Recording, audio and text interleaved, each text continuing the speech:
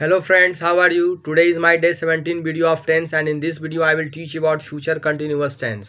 So see the uses. It is used for an action which will be going on in the future at some time. Future में अगर कोई काम किसी समय में हो रहा होगा तो उसे दिखाने के लिए टेंस का इस्तेमाल किया जाता है. As for example, he will be sitting in the train at this time tomorrow. कल इस समय वह ट्रेन में बैठा होगा. They will be playing when you come. जब तुम आओगे तो वो खेल रहे होंगे. This time tomorrow I shall be writing my exam.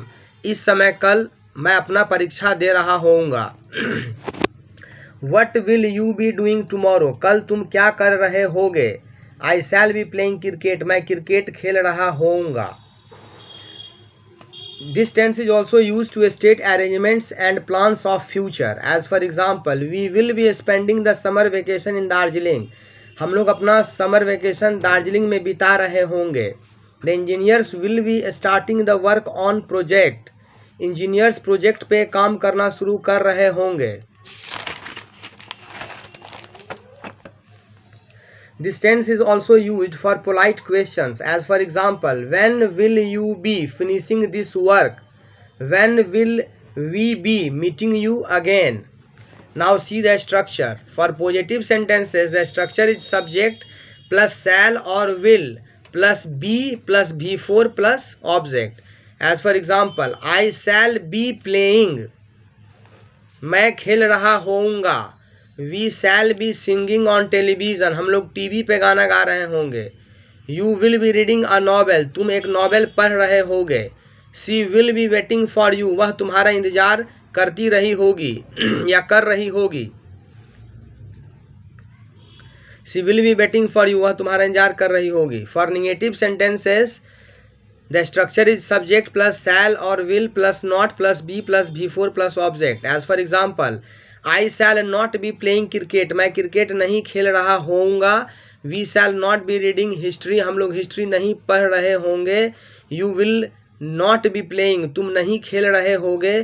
Sita will not be singing a song. Sita गाना नहीं गा रही होगी. They will not be waiting for you. वे तुम्हारा इंतजार नहीं कर रहे होंगे. For interrogative sentences, the structure is shall or will plus subject plus be plus before plus object.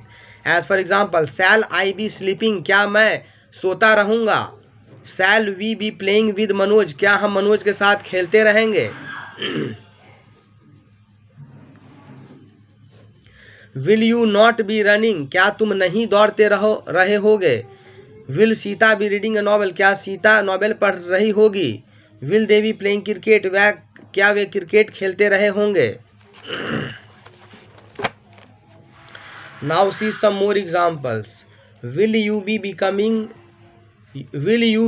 to library? क्या तुम लाइब्रेरी आ रहे होगे. I will be taking the dog for a walk. मैं कुत्ते को टहलाने के लिए ले जा रहा होऊंगा. My secretary will be attending the meeting. मेरा सेक्रेटरी मीटिंग अटेंड कर रहा होगा. My boss will be touring the city. मेरे बॉस शहर घूम रहे होंगे. He will be visiting you soon. वह जल्द ही तुमसे मिलने आ रहा होगा. Manu will be reaching here in a short while. Manoj जल्द ही यहाँ आ रहा होगा. Rita will be learning to play piano from her music teacher. I shall be reading my book then. उस समय मैं अपना किताब पढ़ रहा होऊंगा. We shall be waiting for you when she returns home. जब वह घर वापस आएगी तो हम उसका इंतजार कर रहे होंगे. He will be preparing for his exams. वह अपने एग्ज़ाम की तैयारी करता रहा होगा.